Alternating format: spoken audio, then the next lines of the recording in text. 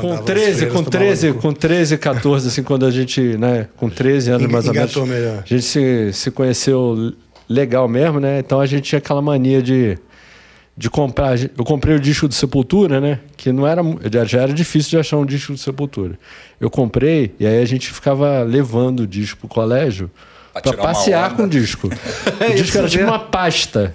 Né? Andava debaixo do braço. Onda, exatamente. Pra mostrar pros amigos o disco que gostava, né? E tal. Puta, que sensacional. Sério? E era o mesmo disco?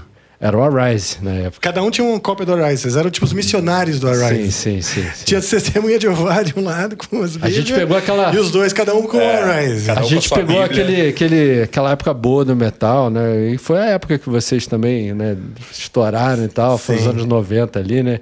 Sim. Tinha o Sepultura com o Arise, o Megadeth com Rush in Peace, né? O Metallica com Just For All, com o álbum preto...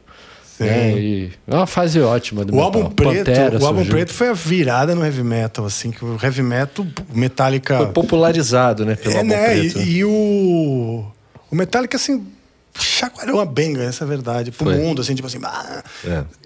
os moleques que, de todos os do metal dos anos 80, eram os menos glamourizados, porque o thrash era mais...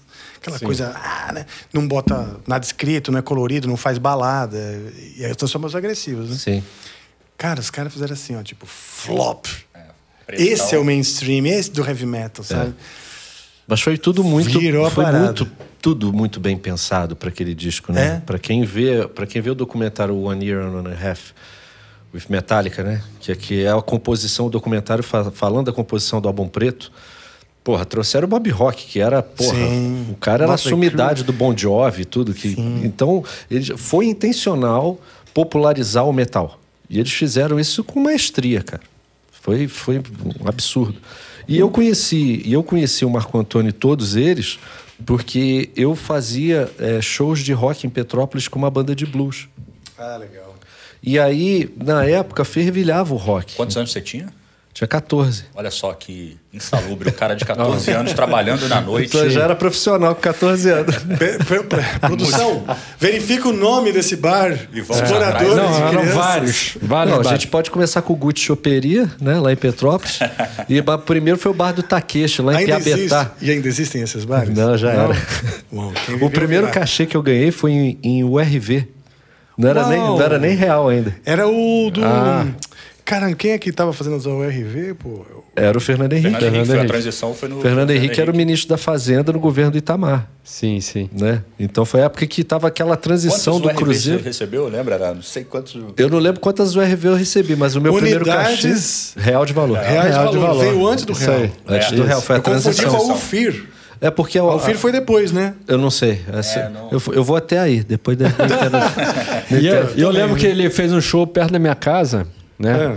Num trailer chamado Rala Rala. Rala Rala era clássico lá em Petrópolis. O meu sonho de infância era cantar no Rala Rala. Uau! Sério? E você realizou? Realizei. Mas assim, ele realizando um sonho. Com 14 anos, esse desgraçado, cara, eu ficava impressionado que com 14 anos ele cantava Deep Purple, Led Zeppelin. Perfeito, né? Perfeito. Ninguém da idade dele cantava desse jeito. A gente era muito precoce, né, cara? A gente cresceu numa época muito propícia pro rock. Então, assim, o Marco, ele trabalhava numa loja de discos, nessa época, chamada Dead Zone. E aí, o movimento Headbanger de Petrópolis, tudo girava por ali, assim. E aí, eu ia na Dead Zone para pegar patrocínio, para pegar dinheiro para colar cartaz. Com essa banda de blues. E foi aí que eu conheci o Marco. Ah, tá. E o Marco já era amigo do Fausto, do Felipe, tudo, legal. Né? E em paralelo às gravações de vídeo que eles faziam, eles tinham um projeto musical que era feito só para sacanear um cara. Específico. Eles faziam paródias. Quem era? Era o Medrado, Rodrigo Medrado. Abraço aí pro Rodrigo Medrado. Vocês ainda têm essa ligação com ele? Mas era, eu falo com ele pelo Instagram às vezes. Boa, mas era numa boa ou era para atormentar mesmo? Não, era pra zoar, mas era nosso amigo, né? A gente gostava dele. Não mas era bullying pesado. Era bullying, ele falava até que catava a namorada dele, era, sabe?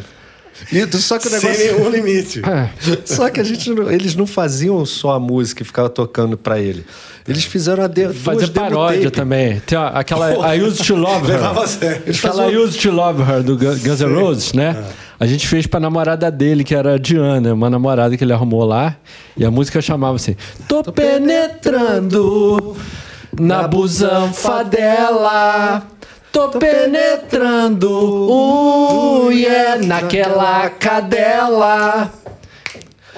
Ela não liga, ela é profana, e o nome dela é Diana.